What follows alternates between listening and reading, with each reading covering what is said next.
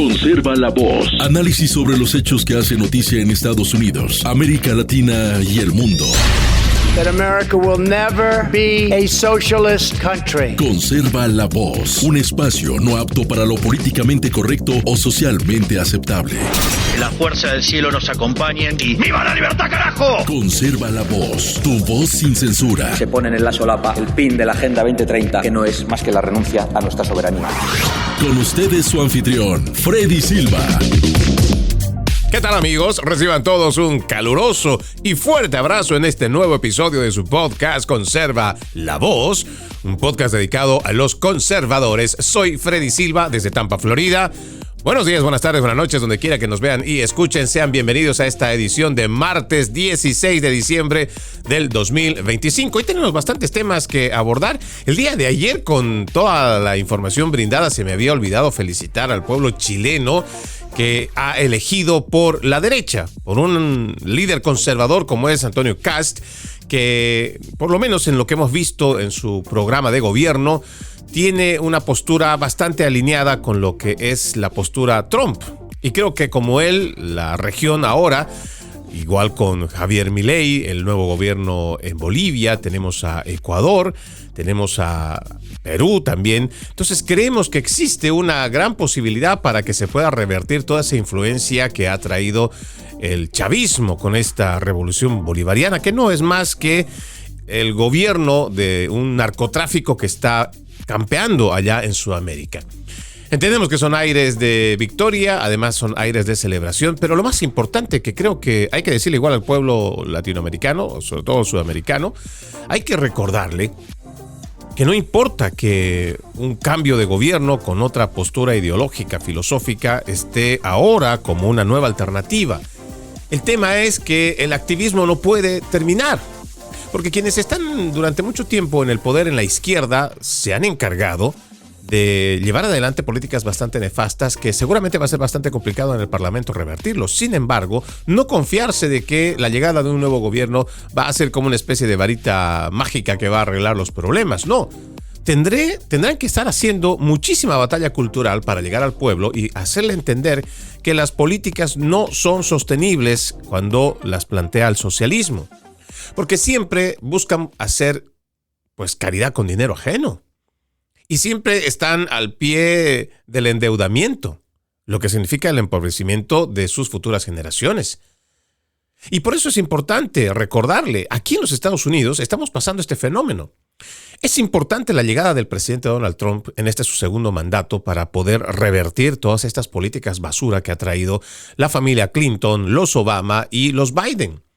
Sin embargo, estamos viendo que por muchas leyes u órdenes ejecutivas que se están llevando adelante para poder contrarrestar, por ejemplo, este DEI, tenemos muchos infiltrados en las agencias federales. Por eso es difícil dar un paso atrás. Es difícil volver a restituir lo que ha sido el orden, apego a la ley y sobre todo el sentido común. Porque este wokeismo lo que ha traído es realmente una destrucción total del sentido común. Por eso es importante no confiarnos.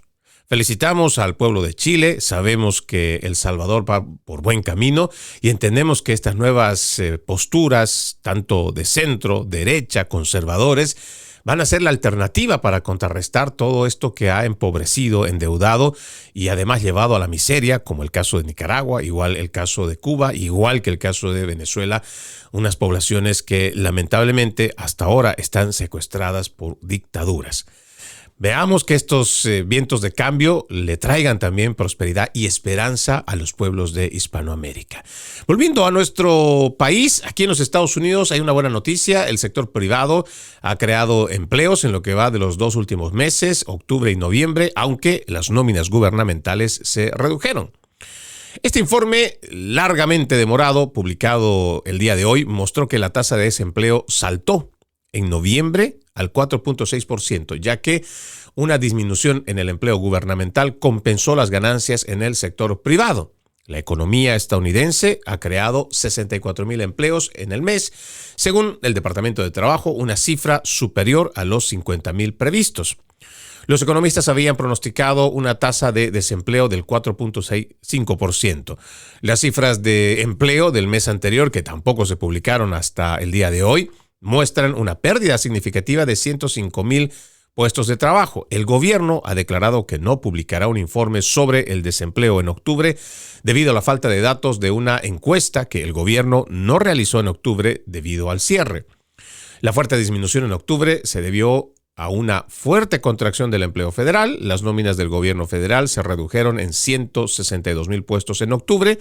El Departamento de Trabajo indicó que esto se debió a quienes habían aceptado una renuncia diferida a principios de año, dejaron de ser empleados. En noviembre, el empleo federal se redujo, entre otros 6,000 puestos de trabajo.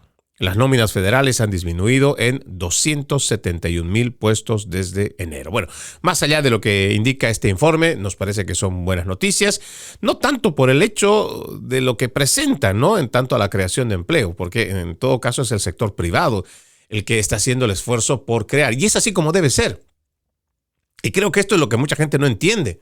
Y es que también son políticas de décadas de socialismo, donde esta idea del paternalismo o del asistencialismo del Estado, y además como una gran obligación, pues no, lo que trae simplemente es sectores dependientes del Estado. Y quienes aspiran a ser gobernantes saben que manteniendo pobres a estos sectores no prósperos, no empresarios, sino dependientes del gobierno, pues ahí tienen asegurado un buen lugar, o sea, una buena cantidad de votos. Pero esto no es lo que realmente debería de ser. En un sistema capitalista, el libre mercado permite que las personas que tienen sueños, ideas, pero sobre todo hacen esta cultura del esfuerzo y el trabajo, tarde que temprano les va a ir bien. Y por eso se debe promover que el Estado simplemente sea un administrador o incluso un árbitro, pero no un participante más que compita con el sector privado. Y cuando el gobierno crea muchos empleos, primero, se hace más grande, menos controlable, pero nos cuesta más dinero. Y eso es lo que a mí me cuesta hacerle entender a la gente, que siempre apuesta porque el gobierno sea el que cree los empleos. Pero no se equivoquen, es al revés. Mientras más, y ojo, no estoy hablando solo del empleo del gobierno federal. Igual es en los puestos estatales, en las legislaturas estatales, en los condados y también en las ciudades. ¿Por qué cree usted que los impuestos en muchas ciudades, yo le voy a hablar aquí de la ciudad de Tampa, y me imagino que no debe ser tan distinto en otros estados? Una vez que tú has comprado para tu negocio un escritorio o igual una computadora, te siguen sacando impuestos cada año porque hay un rédito que eso te genera. Y esto es lo que se ha permitido. ¿Por qué? Porque esos aparatos burocráticos no generan riqueza. Lo único que hacen es gastar dinero. Por eso es que tenemos que hacer primero un lavado de cerebro para que entendamos que mientras más pequeños son los gobiernos, igual federales, estatales, locales, entonces menos dinero sale de nuestro bolsillo. Y más gente va a estar preparándose, va a estar compitiendo y va a estar entrando en un mercado orgánico. El problema de tener empleos en los gobiernos, o lo que llamamos empleos públicos, es que mucha de esta gente simplemente se da la tranquilidad de que ya no lo van a sacar. Y peor aún, si estos empleados ya pertenecen a uniones o sindicatos. Como se los conoce aquí en los Estados Unidos, son uniones, pero en realidad son sindicatos. Donde no importa cuán grave sea tu falta, donde tu incompetencia o inutilidad no suman para que te despidan. Siempre tienes para que te protejan las leyes o te protejan el sindicato. Sí, esto es lo que pasa en el aparato público. Sin embargo, en el aparato privado constantemente nos estamos actualizando. Seguimos esforzándonos. Seguimos haciendo posible para que nuestros clientes sean los mayores beneficiados.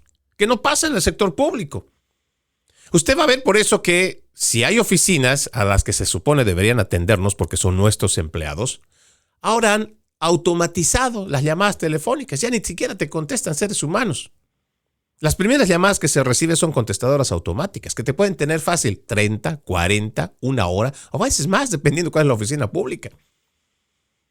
Entonces, lo que no se fomenta a través del empleo público es la competitividad constante. ¿Qué es lo que sí te ofrece el mercado, el libre mercado, el capitalismo puro, no el contaminado? Porque ahí es donde realmente, en mi humilde opinión, es donde tenemos la verdadera democracia. La democracia se puede ejercer en el mercado libre todos los días. Y eso es lo bueno. Porque si nosotros vemos que hay una persona que tiene su pequeño negocito y que está haciendo su trabajo y contratamos sus servicios, entonces esta persona se va a esforzar para que ese cliente esté recibiendo el trato o el servicio por el cual está pagando. Y eso es constante. Siempre va a haber un crecimiento constante. Sin embargo, esto no se puede fomentar. Y le dice a alguien que ha trabajado en el gobierno federal por varios años, allá en Washington, D.C. Mucha gente no va a trabajar. Van a hacer que trabajan y justifican solamente esas horas de alguna manera, pero realmente no están comprometidos a superarse, porque no hay esa exigencia. Puede que existan test o preguntas, pero realmente la gente se está esforzando para capacitarse, para mejorarse, para hacer que, además del dinero que recibe, a través de su capacitación está mejorando a la empresa que le está pagando. No. Es más, en el gobierno federal, por antigüedad, o sea, por vejez, no porque seas mejor, obligatoriamente te van aumentando el sueldo. Y en realidad lo que debería de haber es un aumento en la medida en la que estás mejorando con tu trabajo, con tu desempeño y con tu actualización la empresa para la que trabajas. Sí, debe haber una competencia constante. Y eso es lo que propone el mercado privado. Por eso es importante. A mí no me hace mucha alegría cuando dicen que el gobierno ha generado más empleos. Por supuesto que no, porque eso va a salir más dinero de mis impuestos. Y esto es lo que tenemos que ir cambiando. Celebramos el informe que ha dado a conocer el Departamento del Trabajo en que la economía estadounidense ha generado 64,000 empleos en lo que va del último informe. Esperemos que cada vez más se delegue esta responsabilidad al sector privado y que cada vez estemos viendo que las oficinas vayan cerrando más, sobre todo las oficinas públicas inservibles, inútiles y que además empleados que creen que porque ya tienen asegurado ese puesto no nos atienden bien. No hacen lo posible para servir bien a la comunidad para la que se supone deberían trabajar. Otro tema que me parece muy importante mencionar el día de hoy es la designación que ha hecho el presidente de los Estados Unidos con relación al fentanilo. Le voy a leer simplemente un poco este informe que saqué directamente de la página oficial de la Casa Blanca. Dice: en virtud de la autoridad que me confiere como presidente de la Constitución y las leyes de los Estados Unidos de América, por la presente se ordena. El fentanilo ilícito se asemeja más a un arma química que a un narcótico. 2 miligramos, una cantidad traza casi indetectable, equivalente a entre 10 y 15 granos de sal de mesa, constituyen una dosis letal. Cientos de miles de estadounidenses han muerto por sobredosis de fentanilo. Dice por acá: como presidente de los Estados Unidos, mi mayor deber es la defensa del país y sus ciudadanos. Por consiguiente, por la presente designo el fentanilo ilícito y sus principales precursores químicos como armas de destrucción masiva. La implementación de cómo va a ser esto lo pueden ustedes encontrar en la página oficial de la Casa Blanca, whitehouse.gov. Las definiciones, las disposiciones generales y todo lo que conlleva. Esto no es un muy largo documento para darle una lectura. Sin embargo, ¿por qué es importante mencionarlo? Porque estamos viendo que hay una lucha frontal en aguas internacionales, allá en el Mar Caribe, donde ya se ha visto, o por lo menos se ha identificado, a uno de los tantos enemigos de Estados Unidos como es el narcotráfico. Se le está destruyendo embarcaciones, se está destruyendo igual todo ese químico que hace tanto daño a los estadounidenses, y paralelamente a eso habrá que seguirle dando mensajes a todos esos sinvergüenzas que piensan que no solamente van a enfermar a los estadounidenses, sino también están corrompiendo los sistemas y las democracias en nuestro continente. Hemos hablado largo y tendido sobre cuál es el impacto que tiene el narcotráfico y cómo desde hace varias décadas está influenciando en nuestra región. Por eso es importante nosotros apoyar este tipo de designaciones que ha hecho el presidente el día de ayer. Designar al fentanilo ilegal como un arma de destrucción masiva es no solamente apropiado, sino necesario. Ojalá que dentro del accionar ahora de nuestros agentes de la ley, que van a perseguir seguramente no solo a quienes lo producen, sino también a quienes lo trafican, eso permita evitar las cientos de muertes diarias que tenemos en los Estados Unidos. He revisado informes que pueden venir igual del 19, del 2020, pueden venir desde 2015, 2021, 2022, uno de los que indica una de las cifras que son bastante, yo diría, dramáticas. Se lo decía el día de ayer, ¿qué guerra en la que ha entrado Estados Unidos mueren por lo menos 300 soldados todos los días? No hay. En lo que va de este siglo XXI, si el dato dice que son 110,000 personas que mueren cada año por fentanilo, o sea, por una sobredosis de droga, y que el 75% es por fentanilo, quiere decir que por lo menos son 300 personas por día que mueren. Haga esa matemática en una realidad. Aplíquelo a su condado, aplíquelo a su estado. Son 300 personas que mueren por día, que bien puede ser su vecino, un amigo de su hijo de la escuela, tal vez un padre de familia que tiene algún vínculo con alguno de ellos que ha estado pasando por sobredosis o que se está pasando por una adicción. La gente cree que cuando simplemente se habla, por ejemplo, del tema del narcotráfico, de la influencia que tiene el crimen organizado, eso queda ahí. No vaya a creer usted ese cuento. Estamos hablando de que el narcotráfico tiene muchos derivados. Ya no solo es el control por parte del crimen organizado que va y se asienta en ciudades o en barrios, que los someten, que los aterrorizan, los hacen miembros del cártel. Muchos no quieren, otros pues ya, ¿qué más les da? Pero esto tiene implicaciones mucho más grandes. Ahora, si vemos también la raíz, nuestro principal enemigo, que aspira a ser la primera potencia económica y militar del mundo, China, en su legislación está prohibido traficar. Incluso hay pena de muerte para el traficante. Y para los que llevan los precursores dentro de China, también. Sin embargo, para que lo puedan vender, es permitido. Fuera de sus fronteras, China sabe que esto va a ser utilizado, de los químicos que ellos exportan, saben que van a ser utilizados para el fentanilo. Sin embargo, lo permiten exportar. Y ahí está lo que muchos no quieren ver, lo que muchos no quieren hablar, y sobre todo el politiquero que piensa que debemos de ser amigos y aliados de China. No, es nuestro enemigo. No es un aliado, no es un competidor siquiera, porque ni siquiera son leales para competir. Y es ahí donde tenemos que ir viendo todos los puntos. China se fortalece cuando Estados Unidos está débil y enfermo. Tiene a sus intermediarios el crimen organizado, los cárteles en México, pero no solo en México. Hemos visto que el narcotráfico está asentado en el norte de Argentina, en el centro, en el corazón mismo de Bolivia, en el trópico de Cochabamba, ahora expandiéndose más. De igual manera está en la Amazonía del Perú, ni hablar de Venezuela, o igual de Colombia. ¿Cuántos años que tenemos a las FARC que se han fortalecido? Y hemos visto hasta dónde son capaces de llegar estas guerrillas, y no solamente las FARC, el ELN y sus demás derivados. El punto clímax, creo, del narcotráfico es lo que estamos viendo en Venezuela.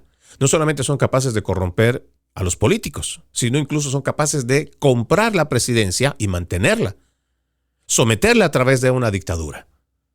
Y ahí están. ¿Y desde dónde viene todo esto, toda esta enseñanza, toda esta escuela? Viene desde Cuba.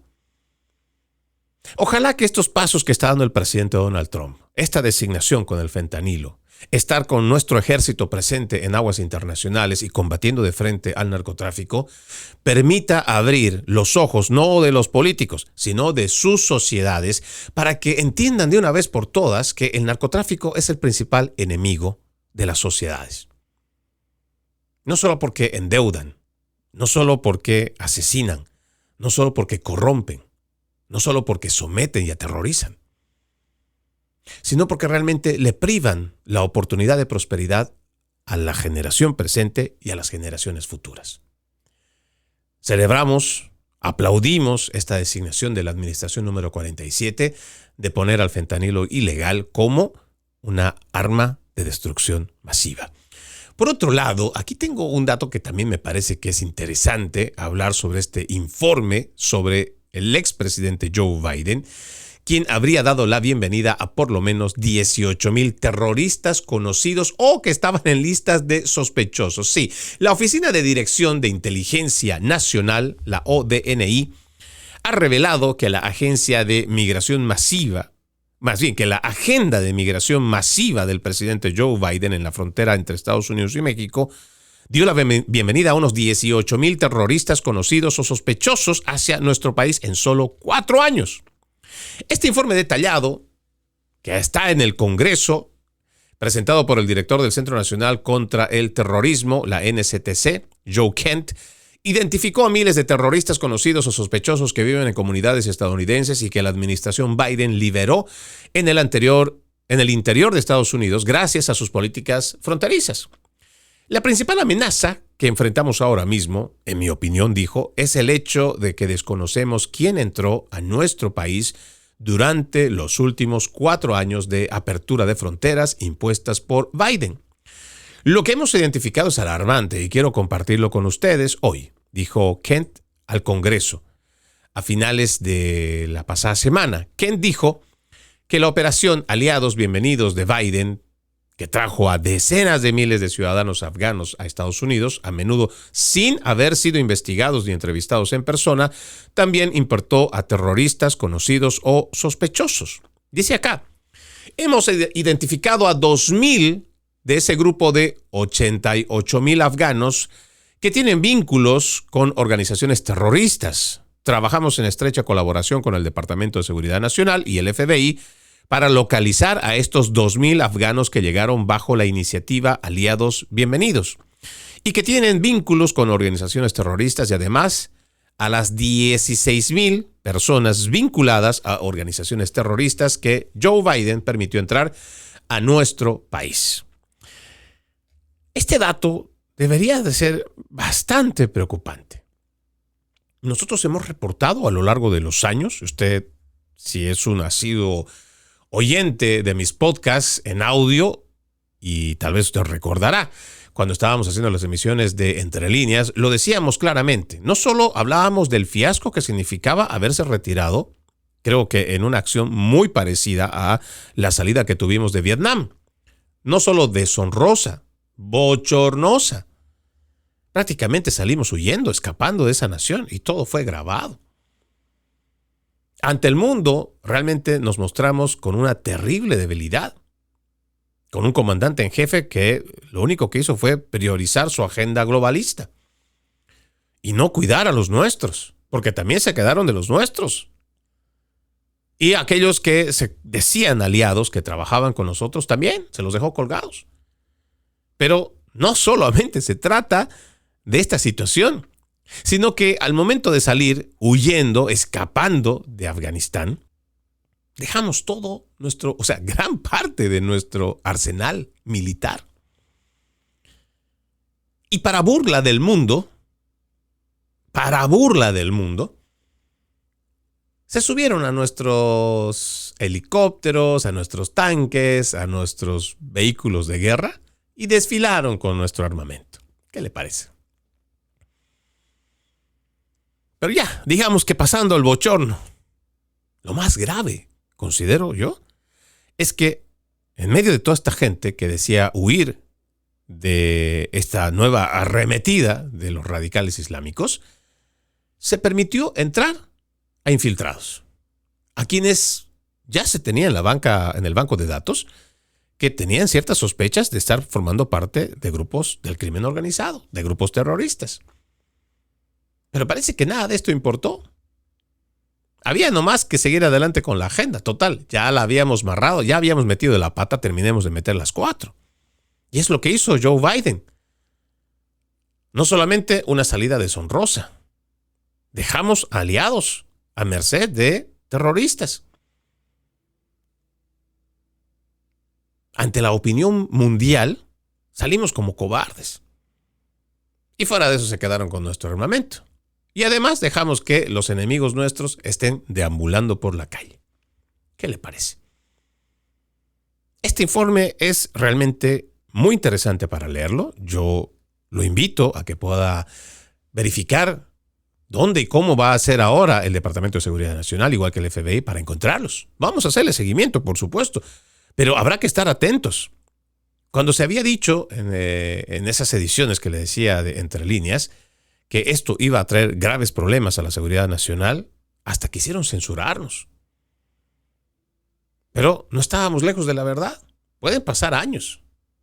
Y este es un triste decir, te lo dije, o se lo dijimos. Pero tristemente, lo que en su momento los principales medios de comunicación, sus aliados de los demócratas, porque son prácticamente igual entre partido e institución, empezaron a señalarnos como si fuera todo teoría de la conspiración, como si todo se tratara simplemente de una situación política partidista. Pero no. Tenemos que aprender a ver más allá de lo que nuestros ojos nos están mostrando. Y tenemos que hacer cada vez un análisis más crítico. Hay que tener actitud crítica constante. Ojalá que realmente el Departamento de Seguridad Nacional, igual que el FBI, puedan encontrar a todos estos criminales que deambulan libre y tranquilamente por nuestro país. Vamos a ir a nuestra primera pausa aquí en Conserva la Voz. Al regresar tengo que hablarle de un informe que allá en Washington, D.C., de la manipulación de información, que otra vez, tristemente, nos da la razón. Vamos a la pausa. Ya regresamos con más. Conserva la Voz. Conserva la Voz, un programa de información y análisis de los hechos más importantes que ocurran en el mundo. That America will never be a socialist country. Pero también sé que no es lícito eliminar una vida humana para resolver un problema. Se ponen en la solapa el PIN de la Agenda 2030, que no es más que la renuncia a nuestra soberanía. Conserva la Voz. Conserva la Voz. Continuamos con más de su podcast Conserva la Voz. Recuerde que usted puede ser parte de este programa. Escríbame a Freddy Silva Ayala en Facebook, Freddy Silva 80 en Instagram, Freddy Silva TV en Twitter, ahora X, también en TikTok, igual que YouTube.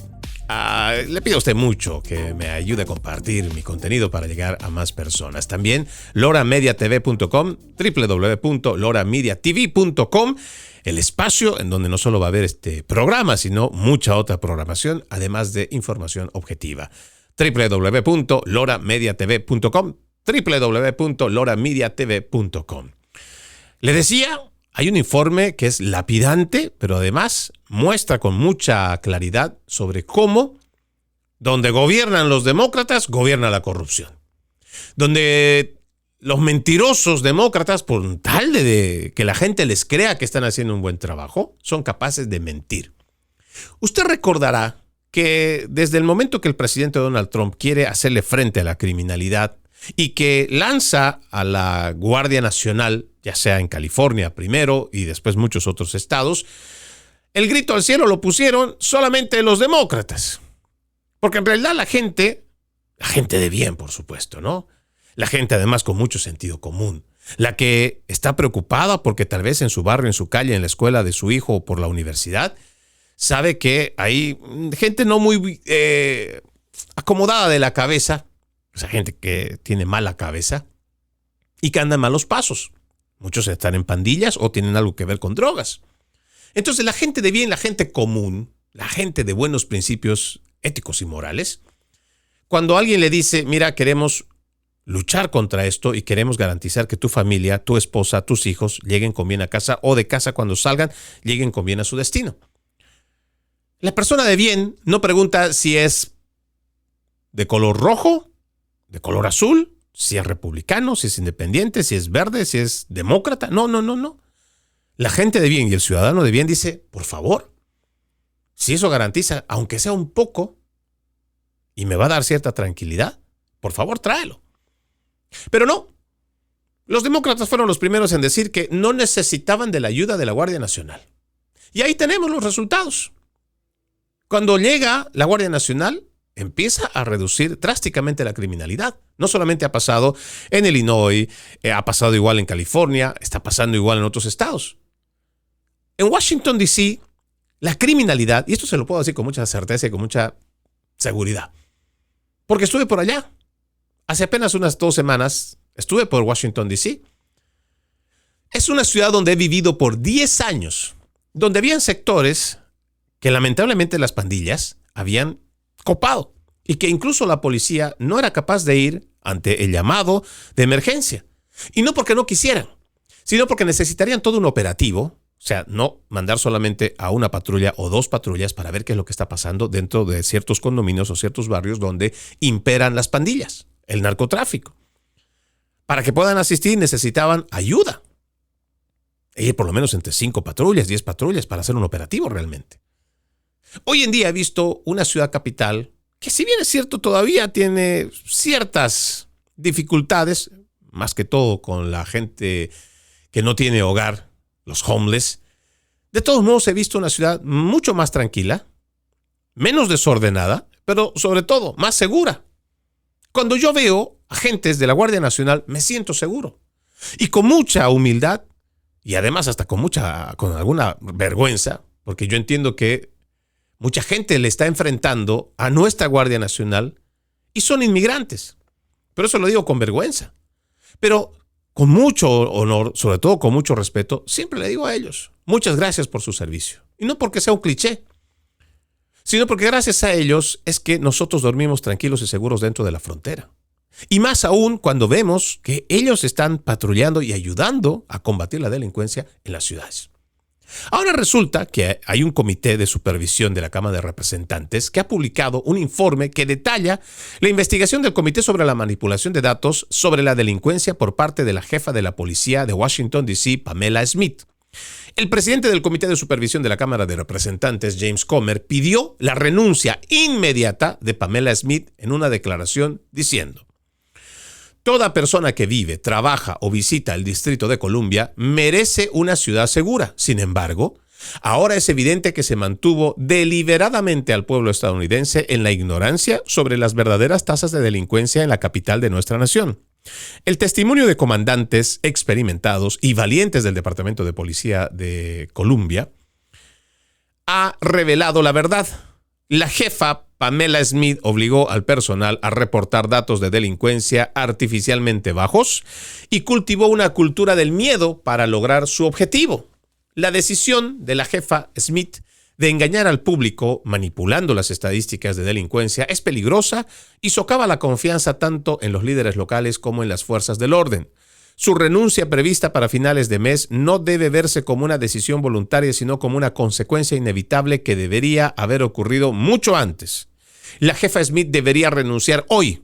El Comité de Supervisión de la Cámara de Representantes está cumpliendo con su responsabilidad de realizar una supervisión rigurosa sobre D.C. y continuará su trabajo para garantizar que los datos sobre delincuencia se reporten con precisión al público. El informe titulado Desglose del liderazgo como jefe de la policía de Washington, D.C. socavó la precisión de los datos sobre delincuencia, sigue a una investigación de meses de duración sobre las acusaciones de denunciantes de que la jefa de la policía, Pamela Smith, estaba falsificando intencionalmente las estadísticas de delincuencia para hacer que Washington, D.C. pareciera haber reducido los homicidios, robos de vehículo y otros índices de delincuencia. El informe revela que la jefa del Departamento de Policía de Washington, D.C., Pamela Smith, presionó y en ocasiones ordenó a los comandantes manipular los datos sobre delincuencia para mantener la apariencia de baja delincuencia en la capital del país, según un comunicado de prensa del Comité de Supervisión de la Cámara de Representantes.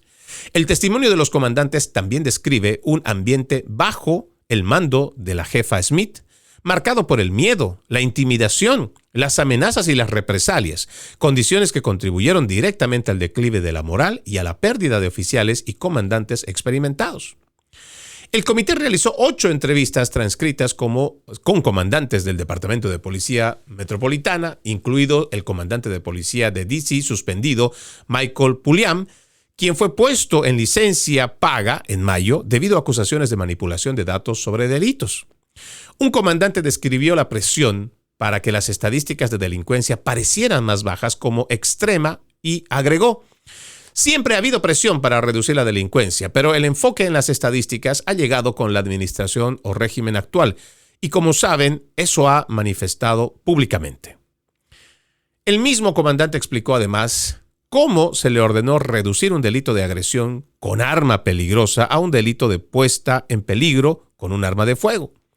Las discusiones sobre la clasificación de delitos en el lugar de los hechos son nuevas para este jefe y estos ejecutivos, dijo el comandante. Esto nunca había ocurrido antes en nuestra agencia. Y esto yo lo invito a que usted pueda continuar con esta lectura. Yo entiendo que muchas personas al principio creían que se trataba de algún tipo de una lectura simplemente partidista cuando uno les decía abiertamente que lamentablemente los gobiernos demócratas le engañan a sus poblaciones para hacerle creer de que están combatiendo al crimen y que están reduciendo la criminalidad. Todo esto parte, ya se lo había contado, solamente voy a hacer un pequeño resumen, todo esto tiene que ver desde que Barack Hussein Obama nos trae este tema de la justicia social y la justicia racial. Y habla que existe un estado permanente de sometimiento, nunca dicen quién, no dicen cómo, pero que existe ahí un ente superior que es capaz de oprimir, un estado opresor, pero además es blanco, heteropatriarcal, misógino, discriminador. Y toda esta tontería que trae estas ideologías absurdas de izquierda. Sin embargo, lo que han ido fomentando es que al crimen se lo contemple de otra manera, para que la gente empiece a tener un poco más de empatía, solidaridad, y que nosotros seamos capaces de poder comprender el por qué mucha gente, sobre todo de escasos recursos o de zonas que son periféricas,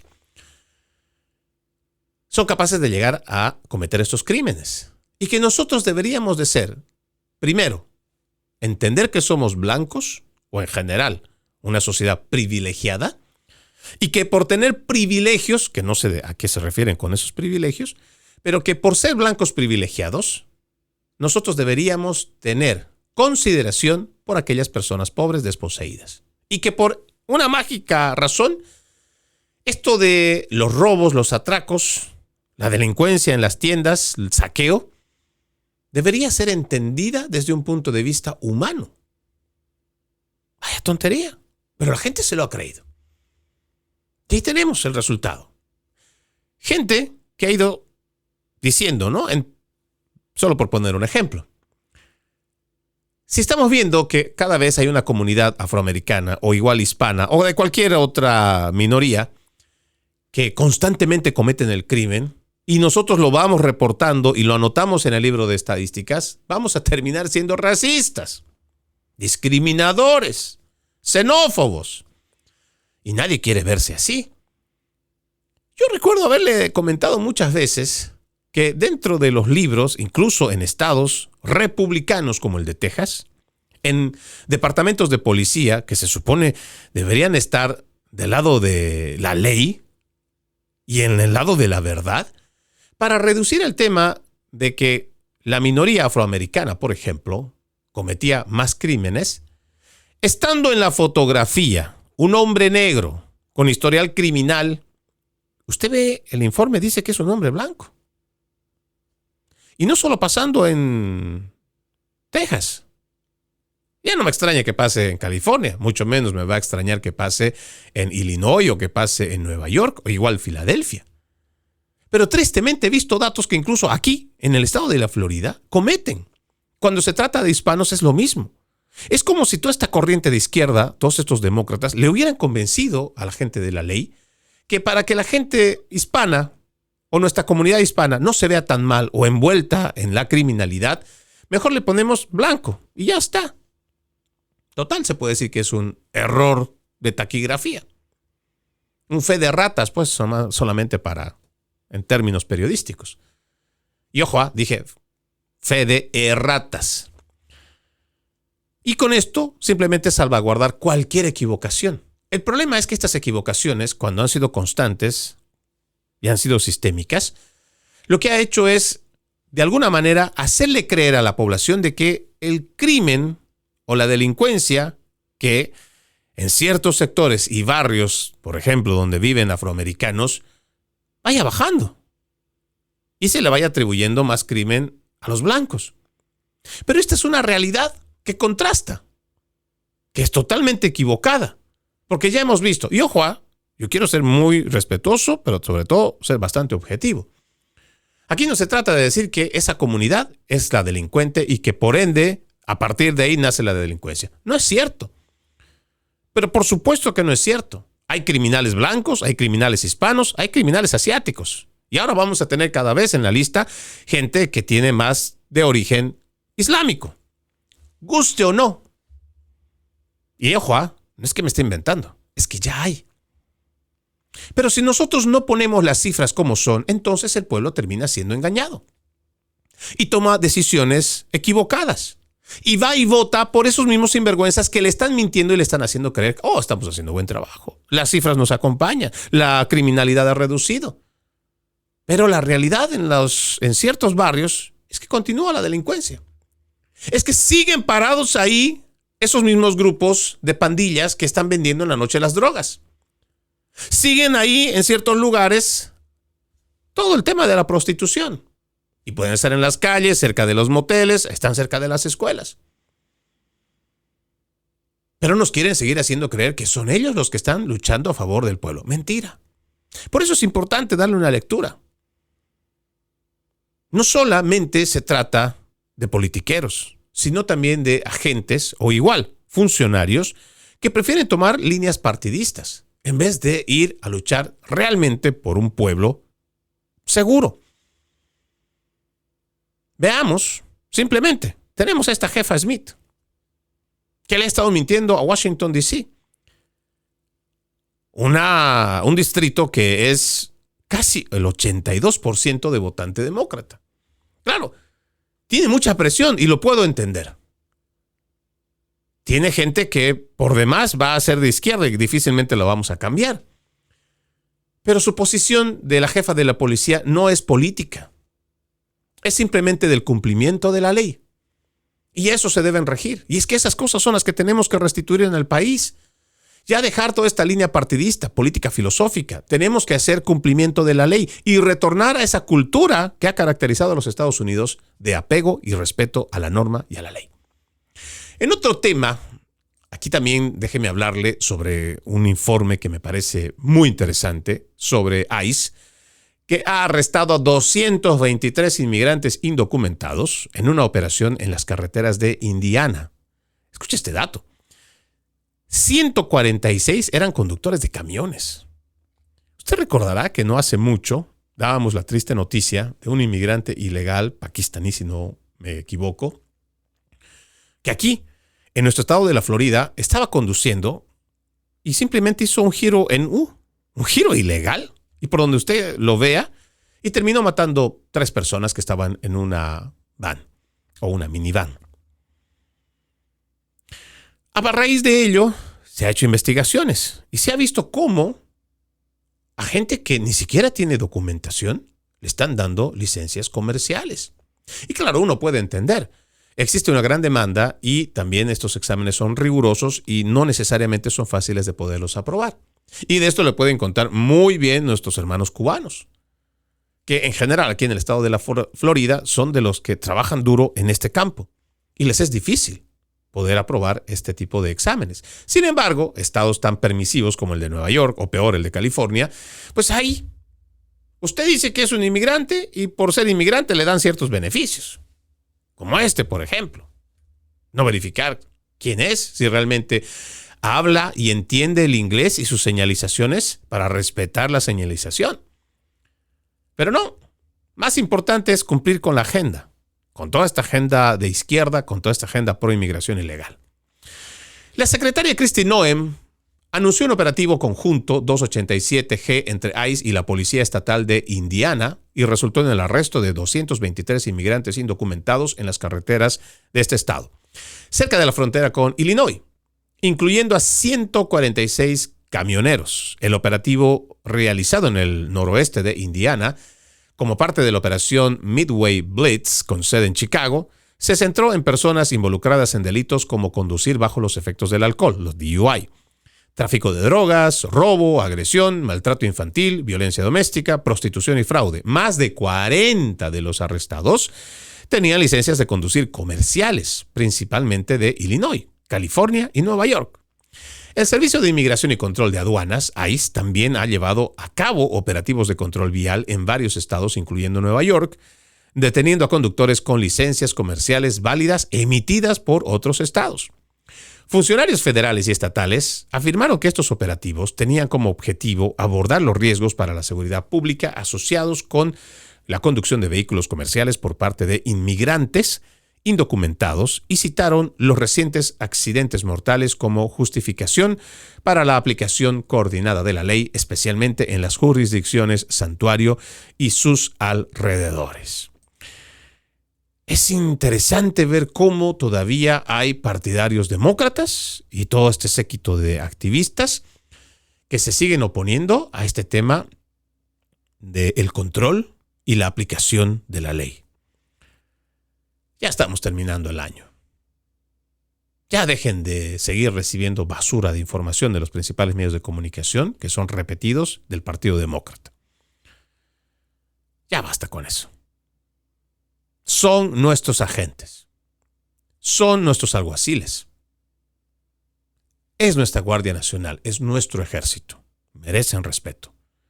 Y tienen que hacer cumplir la ley, guste o no.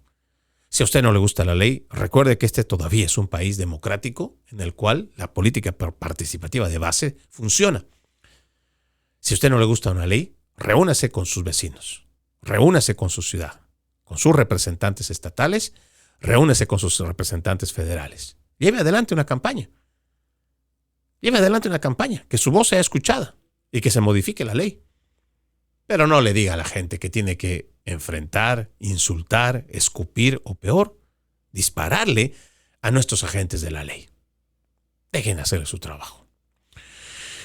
Quiero cambiar totalmente de tema. Esto es algo que me desagrada de sobremanera y tiene que ver con este tema de la agenda de género, la agenda trans y las infancias trans. La Asociación Nacional de Educación instruye al personal sobre los neopronombres, los seopronombres y la lucha contra los villanos conservadores.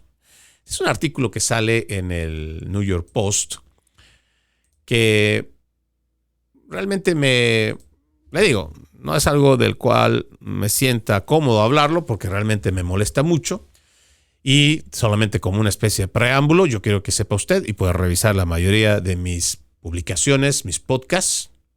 Ya fácilmente estamos pasando por los 500 o llegando a los 600 programas, donde siempre he sido muy categórico.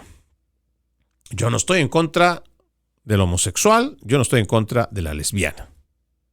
El adulto tiene todo el derecho de decidir cómo y qué tipo de relaciones interpersonales va a tener con otro ser humano. Y claro, si están de acuerdo y esas dos personas se aman, se quieren, viven, quieren tener una relación, pues es una situación que yo lo respeto. Adicionalmente a ello, entre mis seguidores, tengo muchos transgéneros, incluso detransicionaron, otros no han detransicionado, pero están igual de acuerdo en que esta es una lucha no contra el sector de homosexuales, no contra las lesbianas o incluso contra los transgéneros, no. Es contra esa agenda perversa y maldita que viene desde las Naciones Unidas y que está fomentada desde el Foro Económico Mundial, que lo único que busca es establecer, según lo que hemos ido viendo, lo que ellos quieren es crear primero una confusión identitaria, separar a las familias y reclutar constantemente a este sector joven para sus filas. ¿Cómo lo están haciendo? A través de información cada vez más prematura en las escuelas. Pornografía infantil desde los 5 años, aprobada en muchos estados, sobre todo los liberales, que creen ellos que, bueno, hay que hablarles de sexo oral, de sexo anal a los niños como si primero lo entendieran y segundo si lo necesitaran. Y mucha gente me ha preguntado, ¿cuál es el propósito? Pues no solamente es confundirlos, no solamente es reclutarlos, sino finalmente poderlos abusar. Pero ellos entienden que abusar de los menores los puede llevar a la cárcel porque todavía sigue siendo un delito. Y digo todavía porque no sabemos hasta dónde la justicia o la ley positiva puede beneficiarlos y volcarse de ese lado. Pero entonces, cuando uno va revisando muchas de las publicaciones que salen desde las Naciones Unidas, uno más o menos entiende cómo y por qué es que esta gente ha decidido llevar este tipo de publicaciones de pornografía infantil a los niños. Porque se supone que se establece que no existe delito ya de pedofilia o de la pederastia si es que el niño o el adolescente, o en general, ellos ya ni siquiera hablan de edades, ellos hablan de persona. Para que tenga usted una idea de lo perverso que es todo esto. Según lo que hemos podido rescatar de documentos públicos, lo que ellos pretenden es llegar a la gente con información. Ellos determinan persona. Puede ser un bebé, puede ser un niño, puede ser un adolescente, persona. Y si esta persona está informada, pero adicionalmente da su consentimiento, entonces el delito de pedofilia y pederastia no existe. Y esto es lo que realmente quieren lograr. Por eso es que nosotros estamos en contra de esta agenda basura. Porque ya hemos ido viendo y siguiendo el rastro. Queremos proteger a los niños de esta agenda perversa. Muchos ingenuamente la apoyan porque desconocen. Pero los invito a que vayan haciendo una investigación rigurosa y se van a dar cuenta que esto tiene un propósito, tiene una esencia y tenemos que encontrar cómo y quiénes son los que engañan y para qué quieren hacerlo. Ahora resulta que aquí en los Estados Unidos, según este artículo que saca el New York Post, el sindicato más grande del país celebró una conferencia a principios de este mes para capacitar a los docentes sobre cómo promover la justicia LGBTQ+, meses después de que el Informe Nacional de Calificaciones revelara que los puntajes de los estudiantes en lectura y matemáticas estaban alcanzando nuevos mínimos. La reunión de la Asociación Nacional de Educación, la NEA, los educadores dedicaron un tiempo valioso a aprender los matices de los llamados neopronombres y seopronombres, mientras recibían instrucciones sobre las formas de subvertir a los villanos conservadores y su propia opresión interna. Cuando alguien te llama y te dice que está en transición, no le preguntes qué está haciendo. Se les dijo a estos asistentes, según el material obtenido con el grupo de control conservador Defending Education. Una diapositiva del evento de la NEA, promoviendo la justicia LGBTQ a principios de este mes, nunca convenzas a alguien de no hacer la transición, ni cuestiones sus decisiones sobre su identidad. Las historias de los pueblos oprimidos se mantienen deliberadamente fuera de la narración de la historia de lo que conocemos como los Estados Unidos de América, dice el material. Lo que ahora llamamos Estados Unidos de América sigue siendo un lugar incómodo y a veces inseguro para ser miembro de la comunidad LGBTQ. A los asistentes también se les dijo que la terminología en torno a género, identidad y orientación sexual cambia cada 2 años, mientras que la terminología en torno a raza y etnicidad cambia cada 10 años. Una de las diapositivas del taller explicó que el transgenerismo se divide en 2 categorías: binario, que incluye hombre trans, mujer trans y no binario; género queer, género fluido, bigénero, demiboy, demigirl, neutrois y más. La identidad de género y la orientación sexual de las personas pueden cambiar en distintos momentos, advertía también la dispositiva. Se advirtió a los educadores sobre términos que parecen engañosos, como homosexual, biológico masculino femenino, cambio de sexo, transgénero, preferencia sexual y hermafrodita. En un momento los instructores también presentaron un video de Jeffrey Marsh, un activista LGBTQ budista, que usa los pronombres ellos, ellas para explicar los neopronombres y los seopronombres. Los neopronombres son pronombres no tradicionales como si, sim, sir, er.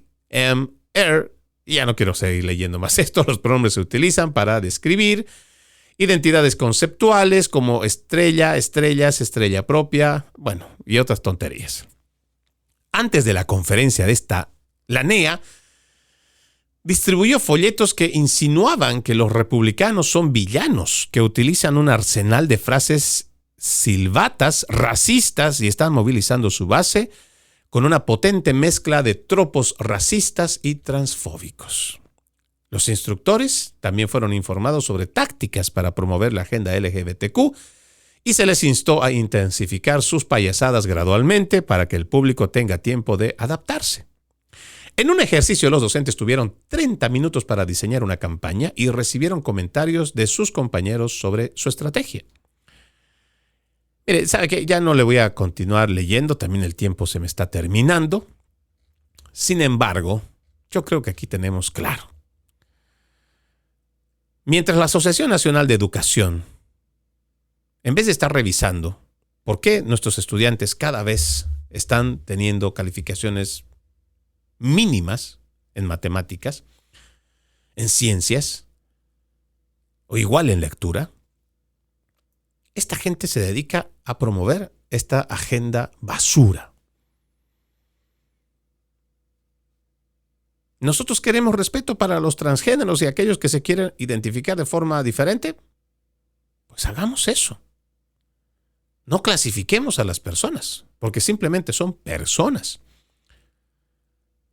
Promovamos el respeto general, el respeto por el anciano, el respeto por el padre, el respeto por el hermano, por el compañero de curso, por el profesor, en general, para todos.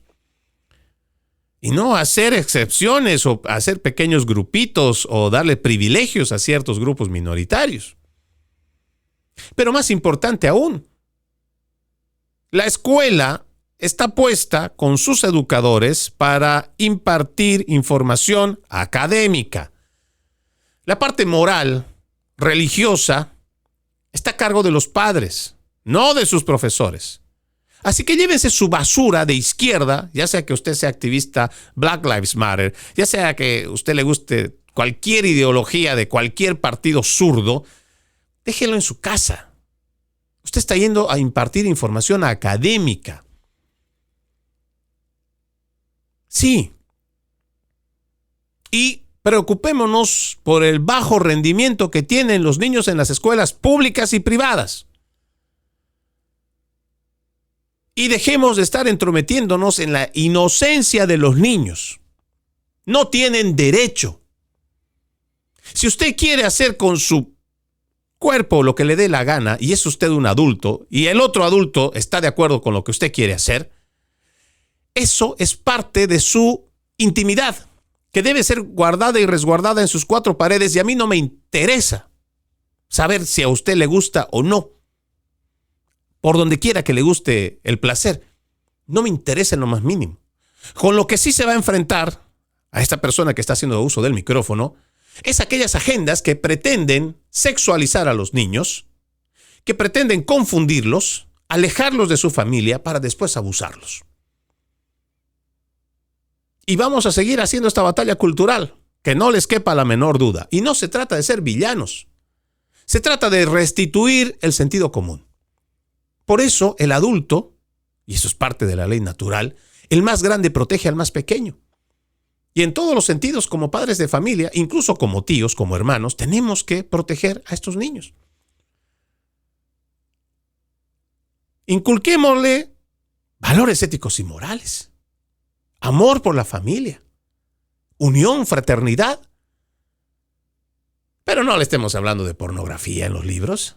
No le estemos hablando de cómo y para qué y en qué momentos el sexo oral, el sexo anal a un niño de 5, de 6, 7 años. Y ya quites esa idea estúpida de la cabeza de que esto tiene que estar en las escuelas. Tenemos un compromiso como adultos, como padres de familia y como parte de esta sociedad. Tenemos que combatir con batalla cultural, espiritual, toda esta agenda perversa y demoníaca que trae la agenda de género desde las Naciones Unidas y el Foro Económico Mundial. Soy Freddy Silva desde Tampa, Florida. Buenos días, buenas tardes, buenas noches, donde quiera que me hayan visto y escuchado. Como siempre, un gusto haberlos acompañado. Permítanme leer un extracto de la palabra. En aquel tiempo, Jesús dijo a los sumos sacerdotes y a los ancianos del pueblo: ¿qué opinan de esto? Un hombre que tenía 2 hijos fue a ver al primero y le ordenó: Hijo, ve a trabajar hoy en la viña. Él le contestó: Ya voy, señor, pero no fue. El padre se dirigió al segundo hijo y le dijo lo mismo. Este le respondió: No quiero ir, pero se arrepintió y fue. ¿Cuál de los dos hizo la voluntad del padre? Ellos respondieron: el segundo. Entonces Jesús les dijo: yo les aseguro que los publicanos y las prostitutas se les han adelantado en el camino del reino de Dios.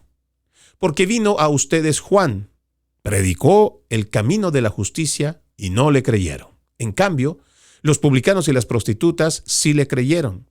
Ustedes ni siquiera después de haber visto se han arrepentido ni han creído en él.